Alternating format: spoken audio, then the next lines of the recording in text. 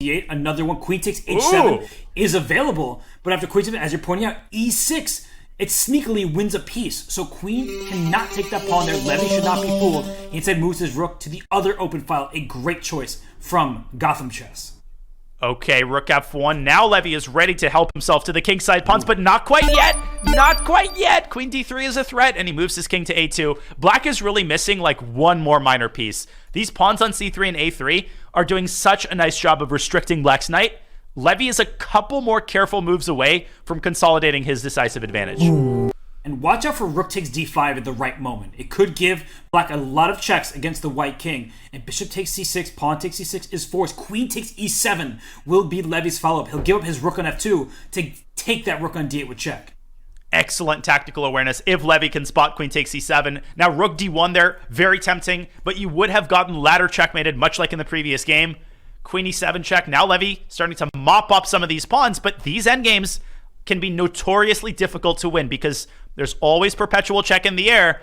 And if Black can create his own passed pawn, then the position gets a little bit more double-sided.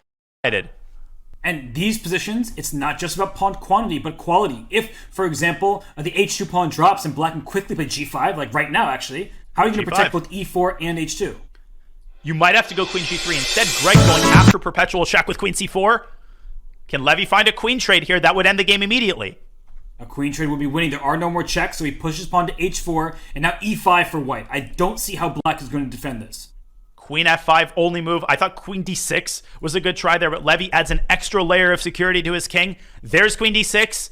Can he play maybe a4? Here, but he's going after c4, and then a4 is coming. 30 seconds. He's barely getting his moves off his Levy. And he can't pre-move either because he doesn't know where Black's king is going to go. He's trying to gain a little bit of time with his checks. And he goes back to a4. Pawn mechanism.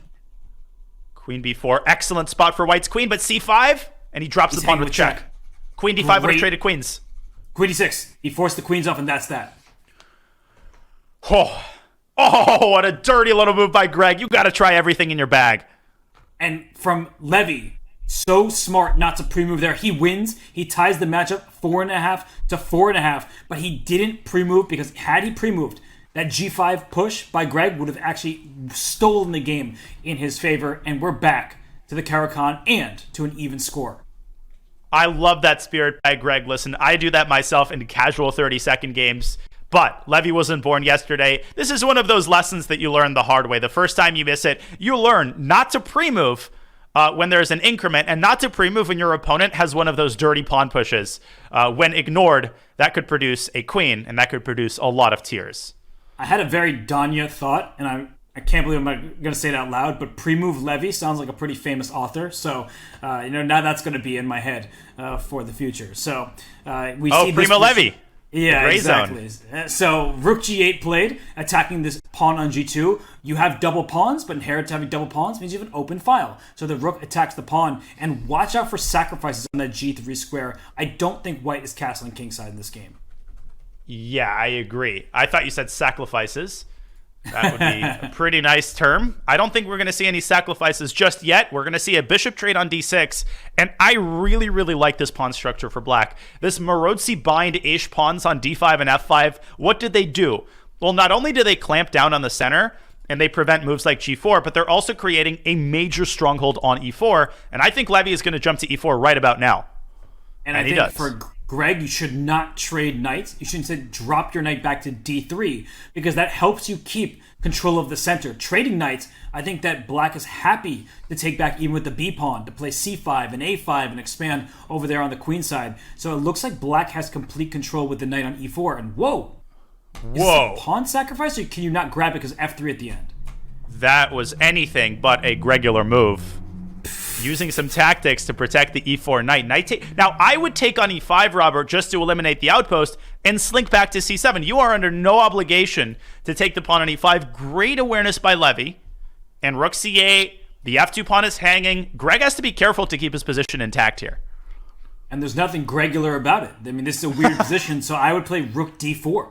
I would block that. He plays it. I would block the queen's path. And Danya, you have to be careful because at some moment when you're not looking out for it, that h7 pawn will be loose. So if white plays a move like rook f1, there could be a queen h5 coming your way, and even g4 pawn pushes, like giving up your g pawn to open up the h file for the rook.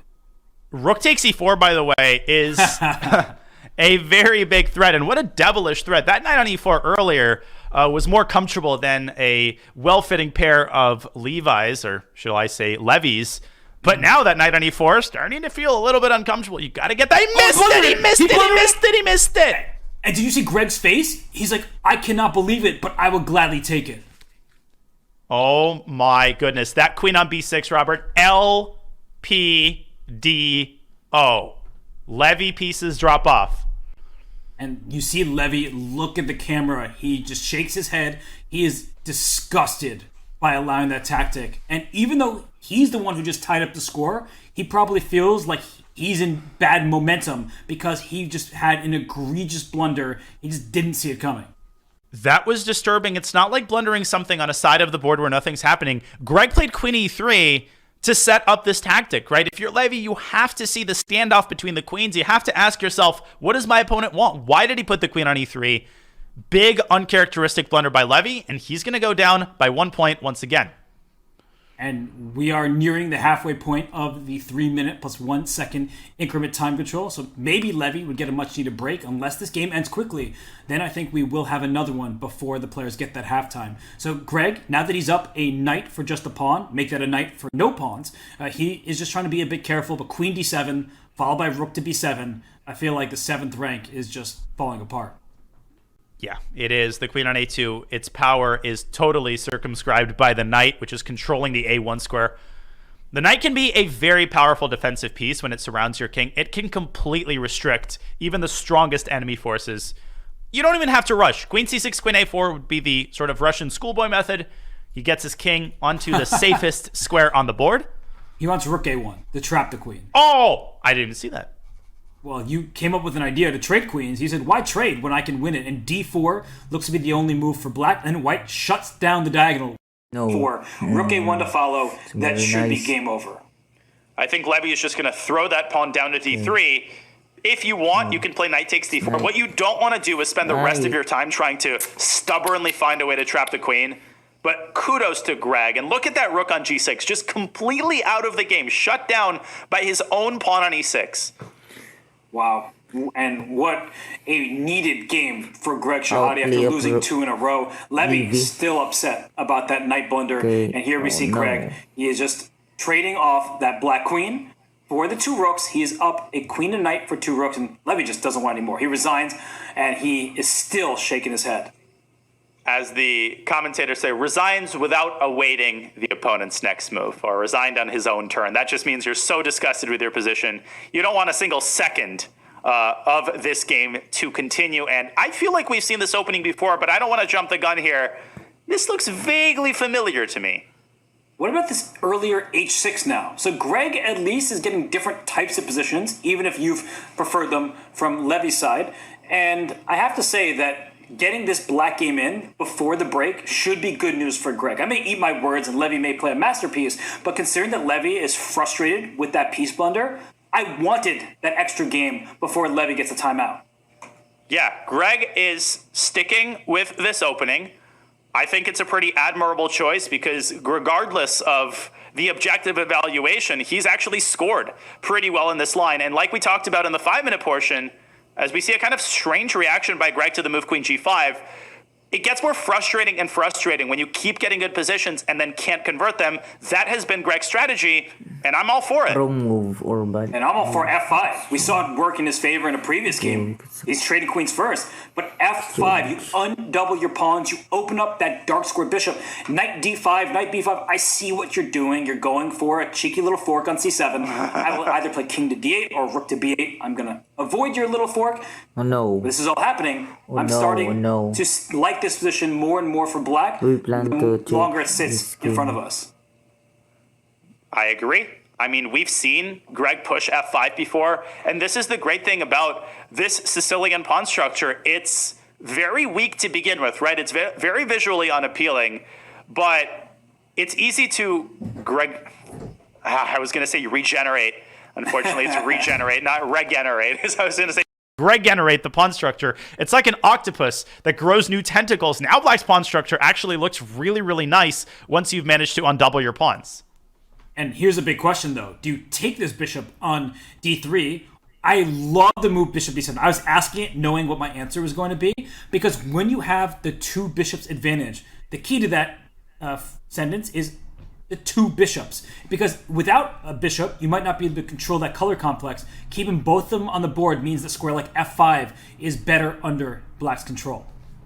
Well said. Bishop on d7, very important defensive piece. I like Levy's last move, c3, making sure that this bishop on g7, that its influence over the game is minimized. Also, h5, beautiful square for white's knight.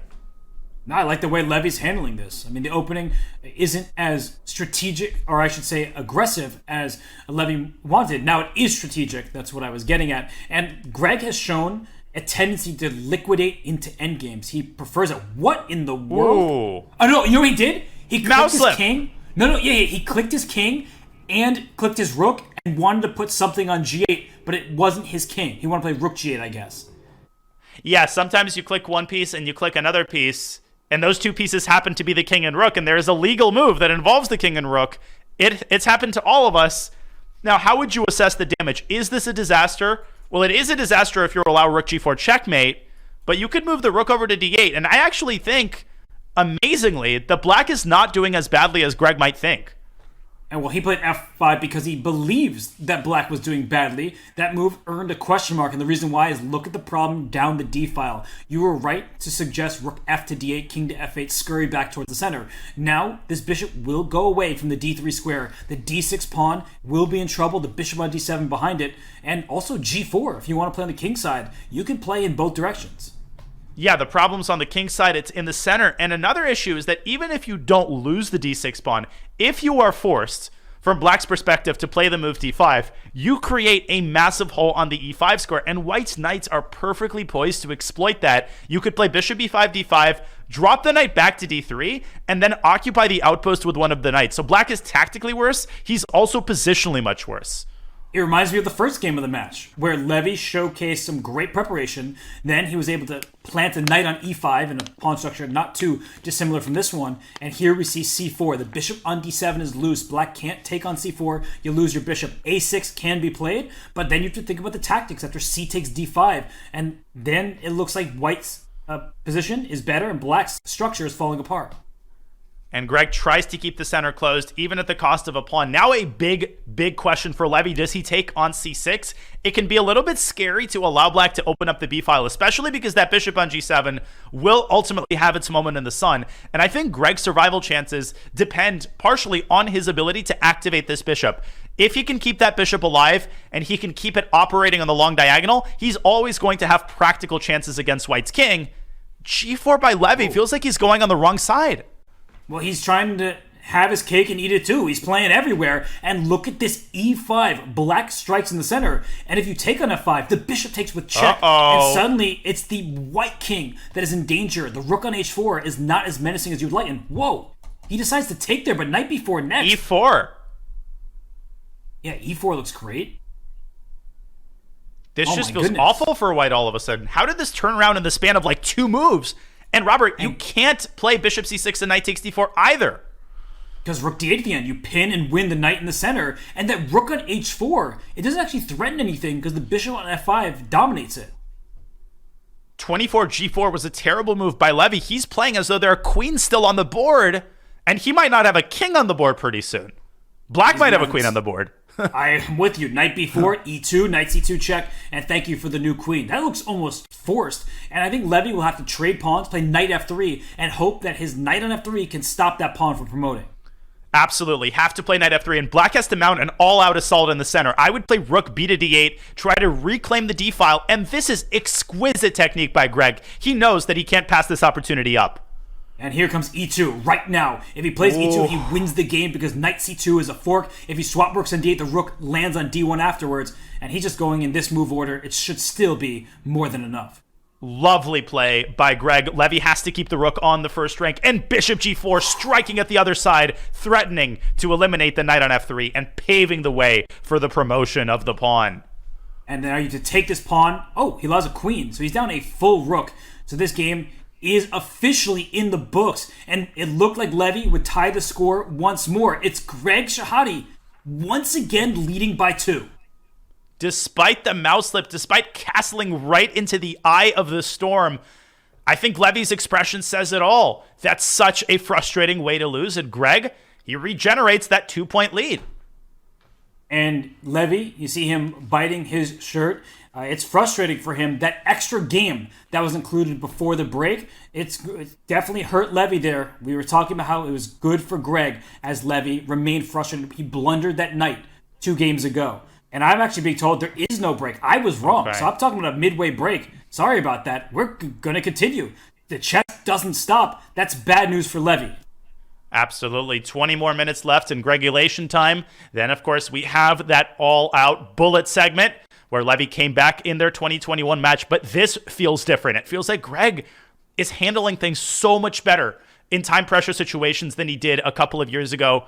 He's shaking his head, though. I'm not even going to try to puzzle out what he's thinking. He's up by 2 in this match. He's playing excellent chess, and he's repeating that weird Caro-Kann line that they had in the first game of the segment.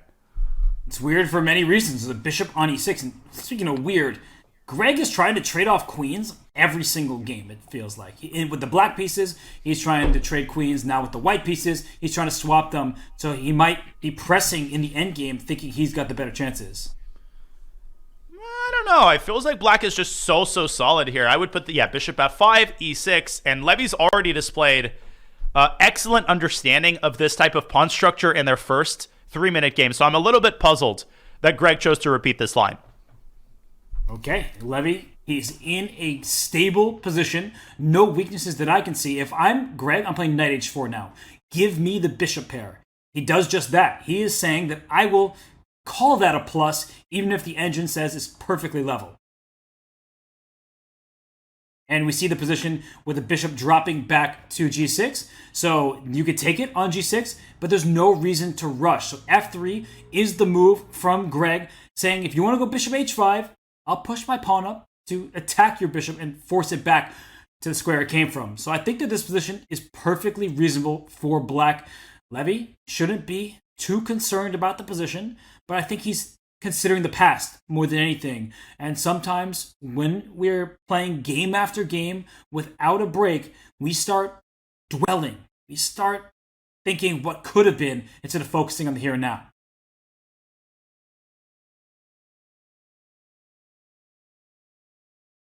We've seen so many matches in the SCC across the years decided when players just can't push those painful memories of the previous few games out of their mind. Now, what do we make of this endgame? White's got the bishop pair, but because of how solid black's pawn structure is, and because of how hard it is to find a good spot for the light squared bishop, I think the effect of this bishop pair is minimized. I would almost play bishop takes f6, hunker down, and try to make a draw here. I don't like White's position. But bishop takes f6 is one of those hard moves to play because you see all these dark square weaknesses, and he does take on d6, saying, I'll have my bishop against your knight. I'm with you regardless. Black is better here. White doesn't have open lines for the rook. If you bring a rook to e1, good. You're staring into an e6 pawn that's well defended. But the rook on h8 and the rook on d6 are much more powerful. And you could push your pawn up to a5. Okay, congratulations. You don't have a queen on the board, so black can just stop the progress of that pawn with a6 and even laterally attack that pawn with rook h5. Levy chooses to focus on the d-file. I think a good move here would be g5, clamping down on some of these dark squares. Very, very unpleasant stuff for Greg here. One thing that I would be looking at the right moment is h4 and g4, h5 maneuver for white. And the reason I'm doing that is I want to develop my rook, but instead of in the center, over on the flank. He goes rook e1. That's a completely sensible move. He can play rook e2. He's just playing this completely solidly. And Levy doesn't seem super ambitious right now. I think he just wants to hold. But I'm not liking the way that he's doing that. White could now play h4, your move, Robert. And an additional benefit would have been that the light squared bishop would have finally had a home on h3. Instead, Greg kind of curling up into a ball. I would still play the move h4 just so you don't have the headache of having to constantly worry about that h-pawn being in the line of fire of black's rook. And maybe now's the time, and it is, for a5, h4 in the near future. And once you play f4, after pawn takes f4, not only is the e file open, the g file will open up, and that g6 pawn sticks out I do not like black's position anymore.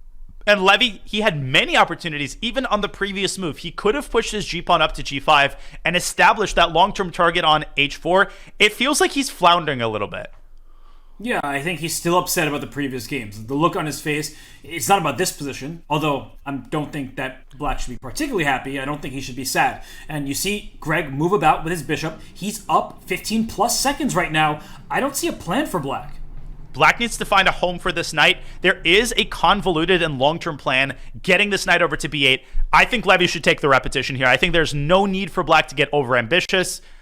Plenty of time left in the match, and a good, solid, wise decision by Levy just to stabilize the match, pull out that half point, and give yourself some more recovery time and a chance with the white pieces. You stop the bleeding, and that's what all strong players are taught to do. That in the position of that nature, they didn't know who was slightly better, who was slightly worse, but they realized that trying to make progress would have required some risk. Speaking of risk, what is this opening that we're seeing? Levy now has the white pieces. He's choosing a Trumpovsky. It looks like black is underdeveloped. I don't remember who it was. It might have been Hikaru, but in one of the SCC interviews, one of the players mentioned that there's a particular satisfaction that you derive from forcing your opponent to change his opening choice. Like, you keep playing the same line, and the first player to flinch, his opponent earns a kind of psychological victory, and the first player to flinch was Levy. Levy refrains from that knight c3 variation. Now, it's not necessarily because he didn't like the positions. Maybe he just wants to get something fresh, but still, it's got to feel pretty validating for Greg for his opening choices to ultimately reward him. Of course, and you see this type of position that he has now, it's one where it's not just white having all the fun. I think that in those previous games, Greg was able to keep it competitive, but it was white who was controlling the shots. Here, we see that black can call some shots of his own. b5 is on the agenda. That black knight on d7 will hop out to e5. Perhaps now, the bishop on c8 stares into a more open diagonal, and f4 will not be possible for white because the g4 square will become black's for the taking. So I do like how this position has started for black. Yeah, conceptually, I like black's position. Greg is also a very dynamic player, and these types of Benoni positions are really, really good in blitz because you check them with a computer, and the computer always gives white an advantage just because he has more space. And, well, the computer is very prejudiced against the King's Indian in the Benoni. I am not happy about that. I will be writing the Stockfish team momentarily. But look at this with your own eyes. From a practical perspective, black's got so much play on all sides of the board. Queen side, you've got the B file. Center, you can play e6 on demand. King side, you can stick a knight on g4. Feels like white's position is much harder to handle, practically speaking, with 2 minutes on the clock. There is one idea that I tend to like in these positions for white, but usually the pawn's not on h4, and meaning your king side won't be totally safe. But what I was going to say is rook a2, pawn b3, just trying to use the a file to your advantage and shut down black's counterplay. The problem is as soon as you play b3, black plays c4 and pries open the queen side. And that diagonal, by the way, the bishop on g7, that's waiting. It's lurking in the shadows, hoping it opens up to give him some huge play. Absolutely, and bishop d7 is a nice, prudent developing move by Greg, inducing b3. I think you called it, Robert. I think this is a golden opportunity for black to play c4, and you don't want to procrastinate because white threatens to bring the knight back to b2. Tempo for tempo, things are working out for Greg here. Did you see Greg when he made the move c4? He just said, let's go for it. He kind of waved his hand. He wasn't even calculating fully. It was his intuition. His intuition is fantastic. Look at this position. Black is clearly the side for choice. I feel like Magnus does that kind of hand wave, and when he does it, you know you're screwed. Like, he's like, okay, I'm just going to play it. And then he plays it, and you know you're lost. That is often what happens. And you see in this position, Greg, he's looking. He's like, do I push that c-pawn again? Can I get away with c3? Should I do something else? That knight on g5 is white's best piece. It looks aggressive, but it's really a defensive piece protecting what otherwise would be a loose e4 pawn. God, c3 is such a Benoni move. Putting the pawn on pre. 2 different minor pieces can capture it. There's some crazy lines with bishop c3, bishop a4, bishop e5, bishop c2, bishop f6, bishop d1. I feel like at the end of it, black wins a queen and white doesn't. It takes. Yes, takes black is happy. Logical. Yeah, I mean, c3 is a pretty good move, Robert, but I think black's counterpoint queen side probably outweighs white's extra pawn, but it could go either way, chat. I'm not thinking this is going either way. I'm thinking it's all black in this position. Unless Levy has a way to successfully defend his pawns, which I don't easily see. It seems like black is having all the fun here, and I'm looking at the clock. It seems easier to be aggressive than knight c4, for example. You have to take on c4. Rook takes back. You can't move the knight without losing c2 or e4. This looks terrible for white. And let's not forget about the g4 square. That is a base of operations for some of black's minor pieces. He's kept that move in his pocket for a rainy day. I think that rainy day has arrived. The skies are gray around white's king. And I think the knight is jumping into g4, opening up the bishop on g7. You called it, Robert. It was only a matter of time before that bishop would have its moment in the sun. I think it stopped raining. This looks like a banco where white's not even going to be up a pawn. Like, all of the queen side play is just crushing. Queen c5 is on the agenda. The c3 knight is currently hanging. Behind it, the c2 pawn is losing. Ooh. Queen f3 threatens. Queen takes f7. So don't get greedy, Greg Shahade. Do not take that knight on c3. Levy is a very resilient player. He's not just going to curl up into a ball and let Greg run circles over him on the queen side. Levy is going to try to use his only asset, which is this knight on g5. And I think he can use tactics to make this interesting. Knight to b5, and he spotted it. And that knight could even circle around to a7 and c6. Great.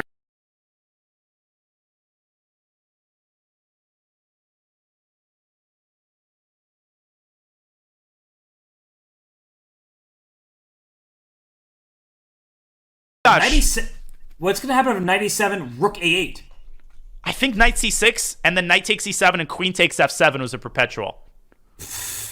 Okay, that is a ridiculous find. And Greg went queen b6. He gets an X. Usually that marks the spot, but here it marks a mistake. And knight a7 found with knight c6 to follow. As you mentioned, the f7 pawn is too tender. Boy, how the landscape of the position has changed. Greg should have thrown in the move knight e5 in order to secure the c6 square. The bishop is now overloaded. You can't play bishop takes c6, obviously, because of queen takes f7. Greg tries to get that knight off the board. Levy could even swing his queen to b3. Instead, he goes for the trade, but still the position a lot more double-edged than it was just a couple of moves ago.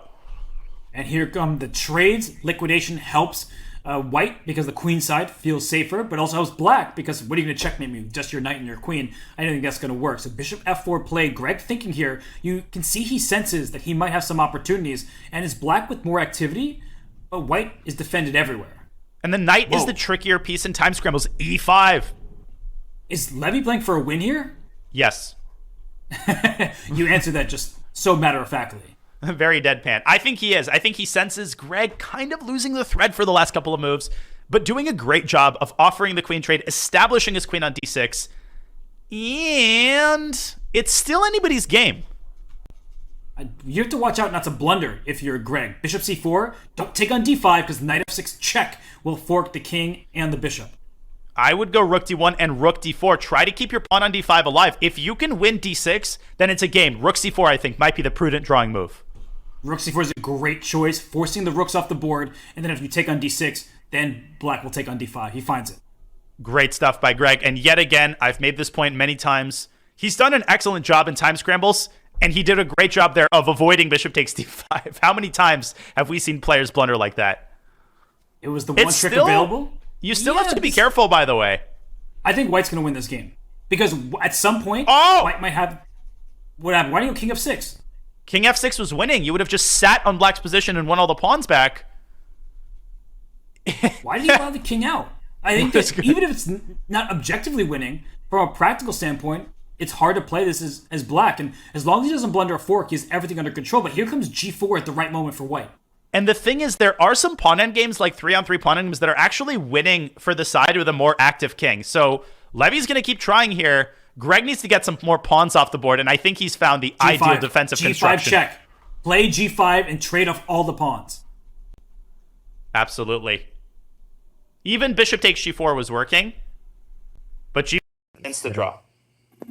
And now g5 for white. It's, of course, still a draw, but this only gives white some chances. We've seen situations where a player gets nervous, blunders the bishop. Bishop c4 there would have... But Greg's shown a great ability to survive more complicated positions than this. I'm just looking at the time. Levy's clock is increasing. Greg, his clock is down to about 6 seconds. But the problem is, for Levy's winning chances, it's the only way you blunder is if you just hang a fork. But the bishop and king have been quite separated. Bishop b1, bishop f5 is a great set of essentially pre-moves. But you called it, Robert. Levy actually had a chance there to put his king on f6, and the position would have been objectively winning. So frustrating. On the other hand, it was a great save. It was a great job by Levy to even get to this situation in the first place. And it's still a 2-point lead for Greg. And Greg offers a draw. Levy accepts. Greg shakes out his hands, and the next game begins. And for Levy, maybe he should have tried a cheapo. Remember that earlier game where you praised Greg for playing g5, hoping to catch Levy in a pre-move? I feel like Levy should have tried to catch Greg in one there. But no matter what, it's still a 2-point lead for Greg Shahade. We're back to this opening. Who do you think should deviate from this line? Well, okay, the first Caro-Kann game they had was a textbook positional win for Greg. Levy made a very useful modification. This bishop f5 idea gives black a much easier position to play with his control over the e4 square. I think that both players are probably decently satisfied by this structure, but this is a huge momentum game, Robert. It's likely going to be the last game of the 3-minute portion. If Greg can win it and open up his largest lead of the match, I think he's going to be very well poised to take this match in the bullet. G4. This is a big moment for Greg because if black takes, you undouble your pawns, but you open up the H file, and the rook on H1 is very happy to see that pawn on H7 down the line. And I think at some point you're going to play G4 if you're white. And I have to ask you, Danya, is Levy playing the match score right now or the position? Yeah, he might be playing. I mean, the ways B5 and B4, I think, answers your question. Levy going for the win at all costs, but he's also burned his bridges in the sense that his king is now permanently stuck in the center. Literally, you've moved both of your rooks, so you can't castle. If Greg can find a way to open up even a single avenue to black's king, there will be major storm clouds gathered around black's king. And Robert, maybe I'm missing the point here, but Levy's attack just doesn't seem scary. I feel like he doesn't have enough firepower. He doesn't have enough piece coordination to cause serious problems against white's king. And white is staring in both directions. Not only is white prepared for what Levy was hoping to be a kingside onslaught, that queen could go to h6 at any moment to hit that lonely h7 pawn, just get into black's position. And so knight e7, queen h6 now makes a lot of sense if you're getting greedy, but instead goes c4. I like that too, a dynamite move. Yeah, strategically you're giving up the d5 square, but this position isn't about squares. It's about one thing and one thing only, which is black's king. Greg tries to open the c file, but Levy responds by gathering his pawns as close as possible to white's king. Okay, so now there are threats. Is it going to be a3? Is it going to be b3? Not always easy for the player with the white piece to figure out which pawn is going to storm down towards your king. And look at Greg go, just rook to d1. So I know c4 earned a question mark. The evaluation's still in white's favor. Maybe there was something more adventurous that would have been better for black, but I think that now queen h6 check. Now you have to do it. With knight f4, knight h5 to follow. Exactly. Even though the check can be blocked with rook g7, and maybe that's part of Levy's overall strategy to get the king to g8, that offers no relief. Au contraire, if white's knight gets to h5, that knight can jump into f6 with check. So that king is going from the frying pan into the fire. And Greg starts with knight f4. He thinks that preventing king g7 or rook g7 is the smart way to start. And I don't see an easy plan for black because Daniel, one of the big questions, if you push a3 and white plays b3, sort of fixing the structure on the queen side, most of those endgames will be losing for black. And that's why Levy is playing this more actively. Watch out for knight b3 check at the right moment. And that could deliver checkmate down the a file. Great tactical awareness by you, Robert. You could even meet c takes d5 with queen to a6. Now, white has ways of dealing with this threat, but in some situations, even if white's king slinks away to b1, knight b3 could still be possible. You could run into a situation where queen a2 is unstoppable, even though it's not a check, and he's actually helping the queen get to a6. Bad move by Greg here. I think he's underestimating the danger that awaits him on the queen side. I think he has to play queen d3 here. There's no knight b3 check with the queens staring at one another. He finds that. And you know what his claim is? That the pawn structure is better for white. So some of these endgames will still be a plus for him. The engine doesn't seem to think so. But Greg, we can get where he's coming from. Absolutely. This pawn on c5, big asset. At the same time, black has the c6 square under control. Levy keeps the queens on the board. But this offers white more chances on the king side. Remember our old friend g4? That could strike at a very inconvenient time for black. If Levy doesn't find a way to whip up more tactical chances near white's king, Greg is eventually going to get the engine started on the other side of the board. I think now's the perfect time to strike with g4. I'm completely with you there, partner, and I'm sure there's a Russian expression for it that you'll teach me. But when black plays A3, white plays B3. When black plays B3, white plays A3. What's that called? Redutные пешки. Row pawns. Like, it's untranslatable, but there is literally an expression for this exact situation where A3 is met with B3, B3 is met with A3. And was that another mouse slip? No, but A3, B3, knight B2 wins an exchange. But Danya, do you remember that earlier game where Greg lost an exchange, but we still preferred his position because it's closed? The rooks don't have open files. No, it's exactly like that position. So was this a blunder? Was this deliberately planned? It doesn't matter. It's a moot point because the knights are absolutely stronger than the rook here. And this queen h6 and knight f4, knight h5 idea, I almost called you Greg.